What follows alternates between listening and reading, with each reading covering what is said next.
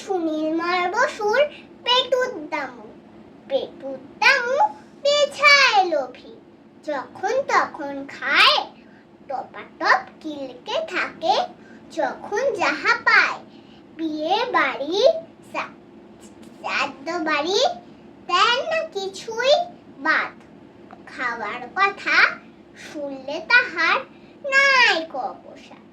ফল ফুদুরি করতে চুরি লজ্জা নাহি তার, খাওয়ার বেলায় কবু কারুর থারবে না সে থার। একবার এক মজার ব্যাপার ঘটলো সেদিনেই, তলতা বাঁশের কামড় দিল আখ ভেসে যেই।